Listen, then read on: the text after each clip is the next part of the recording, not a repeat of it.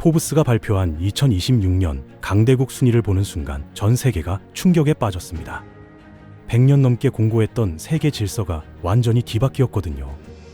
경제 규모로만 따지면 중위권이었던 한 나라가 군사력, 기술력, 문화 영향력까지 모두 합친 종합평가에서 선진 강국들을 단숨에 밀어내고 역사적인 도약을 해냈습니다. 이건 단순한 순위 변동이 아니라 지구촌 판도 자체가 근본부터 흔들리고 있다는 명백한 증거죠.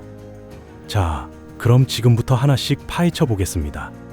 10위에 오른 나라는 이스라엘입니다. 인구는 고작 938만 명이고 GDP는 5,509억 달러에 불과한데 어떻게 세계 10위 안에 들어갔을까요? 비밀은 생존 본능에 있습니다. 사방이 적으로 둘러싸인 중동 한복판에서 살아남으려면 첨단 무기와 사이버 기술이 필수였고, 그래서 이스라엘은 드론 기술과 미사일 방어 시스템에서 세계 최고 수준까지 끌어올렸거든요. 핵무기만 90기를 보유하고 있고 미국과의 철통 같은 동맹 덕분에 누구도 함부로 건드리지 못하는 나라가 됐습니다. 작은 땅덩어리지만 기술력만큼은 절대 무시 못하죠. 9위는 사우디아라비아입니다. 인구 3,390만 명의 GDP 1조 1,140억 달러로 지구상에서 가장 큰 주유소라는 별명이 괜히 붙은 게 아닙니다. 석유만으로 엄청난 부를 쌓았지만 이제는 완전히 달라지고 있거든요. 비전 2030 프로젝트를 통해서 관광과 재생에너지 쪽으로 방향을 완전히 틀었고, 사막 한복판에 미래 도시를 건설하겠다는 야심찬 계획까지 추진 중입니다. 석유가 언젠가는 고갈될 거라는 걸 누구보다 잘 아는 사람들이니까요. 중동에서 이들의 정치적 영향력은 상상 이상이죠. 8위는 일본입니다. 인구 1억 2,370만 명에 GDP 4조 3,900억 달러로 한때 미국을 넘어설 것처럼 보였던 나라입니다. 1980년대에는 세계 경제를 쥐락펴락했지만 1990년대 부동산 버블이 터지면서 잃어버린 30년이라는 긴 침체기를 겪었거든요. 고령화와 저출산이 극심해서 젊은 사람보다 노인이 훨씬 많은 나라가 됐고 경제 성장 동력도 상당히 약해졌습니다. 그래도 로봇 공학과 정밀 기계, 자동차 산업에서는 여전히 세계 최고 수준을 유지하고 있고, 애니메이션과 게임 같은 문화 콘텐츠는 전 세계 어디서나 통하니까 8위를 지키고 있죠. 7위는 프랑스입니다. 인구 6,650만 명에 GDP 3조 2,800억 달러로 유럽에서 독일과 함께 양대축을 이루는 강국이거든요. 파리만 가도 루이비통부터 샤넬까지 명품 브랜드가 즐비하고 와인과 예술 분야에서는 아무도 따라올 수 없는 전통과 격을 자랑합니다. 여기에 핵무기까지 보유한 군사 강국이라서 유럽연합 안에서도 목소리가 상당히 크죠. 다만 최근 몇 년간 경제 성장이 둔화되고 있고 노동시장 개혁 같은 숙제들이 산더미처럼 쌓여 있어서 이걸 어떻게 풀어가느냐가 앞으로의 관건입니다. 6위는 놀랍게도 대한민국입니다. 인구 5,160만 명에 GDP 1조 9,500억 달러로 프랑스나 영국보다 경제 규모는 작지만 종합 국력에서는 이들을 완전히 제쳤거든요. 어떻게 이런 일이 가능했을까요? 반도체와 배터리에서 세계 1위를 달리고 있고 삼성전자와 SK 하이닉스 주가는 2026년 들어서 폭등하면서 세계 반도체 시장을 완전히 장악했습니다. 이 두 기업이 없으면 전 세계 스마트폰 공장이 멈춰서는 상황이죠. K-팝은 이제 미국 빌보드 차트를 완전히 장악했고 넷플릭스 전 세계 순위 1위는 항상 한국 드라마가 차지하고 있습니다. BTS와 블랙핑크는 아메리칸 팝스타들을 밀어냈고 기생충과 오징어 게임은 할리우드를 충격에 빠뜨렸거든요. 여기에 최근 몇 년간 방산 무기 수출이 폭발적으로 늘어나면서 폴란드, 호주, 루마니아까지 우리 무기를 사가고 있습니다. 6.25 전쟁 직후 세계 최빈국이었던 나라가 불과 70년 만에 강대국 6위까지 올라온 겁니다. 이게 바로 진짜 기적이죠. 5위는 독일입니다. 인구 8,390만 명에 GDP 4조 9,200억 달러로 유럽 최대 경제 대국이자 제조업의 심장부입니다. 벤츠, BMW, 폭스바겐, 지멘스 같은 브랜드들이 전 세계를 장악하고 있고 기계공학과 화학산업에서는 아무도 따라올 수 없는 압도적인 기술력을 보유하고 있거든요.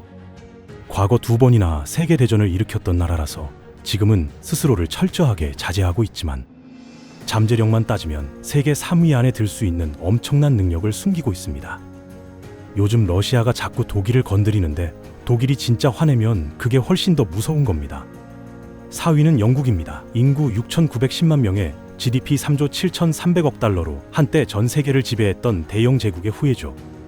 해가 지지 않는 나라라는 말이 괜히 나온 게 아니었는데 미국한테 패권을 내주고 최근에는 브렉시트까지 겪으면서 많이 약해진 건 사실입니다. 그래도 런던은 여전히 뉴욕과 함께 세계 금융의 쌍두마차고 프리미어 리그와 BBC 같은 문화 콘텐츠는 전 세계적으로 막강한 영향력을 발휘하고 있거든요. 최근에는 인공지능과 핀테크 분야에 천문학적인 투자를 쏟아붓고 있어서 앞으로도 계속 강대국 지위를 단단히 지킬 겁니다. 3위는 러시아입니다. 인구 1억 4,400만 명에 GDP 2조 2천억 달러로 경제 규모만 보면 우리나라랑 비슷한 수준인데 어떻게 3위에 올랐을까요? 이유는 명확합니다. 땅이 우리나라보다 100배 넓고 그 땅 밑에 천연가스와 석유가 어마어마하게 묻혀 있거든요. 모스크바 빼고는 지방 개발 상태가 형편없고 부패도 극심하고 제조업도 무기 빼고는 내세울 게 별로 없지만 두 가지만큼은 압도적입니다. 바로 에너지와 핵무기죠. 러시아는 핵무기를 5,977기나 보유하고 있어서 미국보다 오히려 더 많습니다. 마음만 먹으면 지구를 통째로 날려버릴 수 있는 힘을 가진 나라거든요. 그래서 유럽 국가들이 겉으로는 러시아를 비난하면서도 뒤로는 천연가스를 계속 수입할 수밖에 없는 겁니다. 2위는 중국입니다. 인구 14억 1,500만 명에 GDP 19조 5,300억 달러로 지금 미국을 바짝 추격하고 있는 거대한 나라죠. 제조업 분야에서는 이미 세계 1위고 전기차와 인공지능 기술에서도 무섭게 치고 올라오고 있거든요. 틱톡과 샤오미가 전 세계를 장악했고 1대1로 정책으로 아프리카와 중동까지 영향력을 확대하는 중입니다. 하지만 중국도 문제가 없는 건 아닙니다. 부동산 위기가 심각하고 청년 실업률이 치솟고 있으며 미국의 반도체 제재 때문에 첨단 기술 분야에서 발목이 잡히고 있죠. 대만 문제도 있어서 미국과의 긴장 관계가 계속되고 있고요. 그럼에도 불구하고 중국의 성장세는 무시 못할 수준이라서 우리도 철저하게 대비해야 합니다. 1위는 당연히 미국입니다. 인구 3억 4,700만 명에 GDP 30조 3,400억 달러로 중국의 거의 2배 가까이 되죠. 미국이 1위라는 건 설명할 필요도 없을 정도로 당연한 겁니다.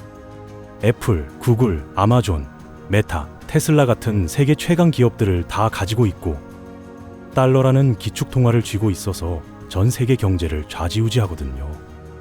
군사력도 압도적이고 나토와 G7 같은 100년 넘게 공고했던 세계 질서가 완전히 뒤바뀌었거든요. 다만 중국이라는 강력한 도전자가 나타났고 국내적으로는 정치적 분열과 부채 문제가 심각해지고 있어서 예전만큼 압도적이지는 않습니다. 그래도 당분간은 미국의 패권이 계속될 겁니다. 여러분, 이 순위를 보면서 어떤 생각이 드십니까? 최근 우리나라에서는 여러 가지 힘든 일들이 있었고 많은 분들이 실망하고 지쳐 있으셨을 겁니다. 저출산 문제는 세계 최악 수준이고 정치적 혼란도 계속됐으니까요. 혹시 우리나라의 성장이 여기까지인가, 이제부터는 내리막길만 남은 건 아닌가 하는 불안감을 느끼신 분들도 계실 겁니다. 하지만 절대 그렇지 않습니다. 우리가 여기까지 온 건 행운이나 요행 때문이 아니거든요. 6.25 전쟁으로 모든 게 잿더미가 됐을 때, 군사 독재의 암흑기를 거칠 때, IMF 외환 위기로 나라가 망할 뻔했을 때도 우리는 포기하지 않고 일어섰습니다. 그때마다 온 국민이 똘똘 뭉쳐서 더 강하게 반등했죠. IMF 직후에 폭발적으로 성장했던 기억을 떠올려 보십시오. 우리 국민들은 분한 걸 절대 참지 못하고 억울한 건 그냥 넘어가지 않는 특성이 있습니다. 지금 우리가 딛고 서 있는 이 대한민국은 수많은 사람들의 땀과 눈물, 피와 한으로 쌓아 올린 탑입니다. 절대 쉽게 무너지지 않습니다. 삼성전자와 SK하이닉스의 주가가 2026년 들어서 폭등하고 있는 이유가 뭘까요? 세계가 우리의 기술력을 인정하고 있기 때문입니다. 반도체 없이는 AI 시대를 열 수 없고 배터리 없이는 전기차 혁명을 이룰 수 없거든요. 우리는 그 핵심을 쥐고 있습니다. 조만간 다시 재정비를 하고 더 높이 올라갈 수밖에 없는 강철 같은 나라죠. 앞으로 우리나라가 반도체와 K컬처, 방산 무기뿐만 아니라 우리가 생각지도 못했던 새로운 분야에서 또다시 세계를 놀라게 할 날이 반드시 올 겁니다. 바이오 기술, 우주 산업, 양자 컴퓨팅까지 우리가 뻗어나갈 영역은 무궁무진합니다. 저는 그렇게 믿고 있습니다. 대한민국 역사상 최고의 황금기가 이제 시작될 거라고 말이죠. 우리는 항상 위기를 기회로 바꿔왔고 앞으로도 그럴 겁니다. 이상 랭킹 경제학이었습니다. 감사합니다.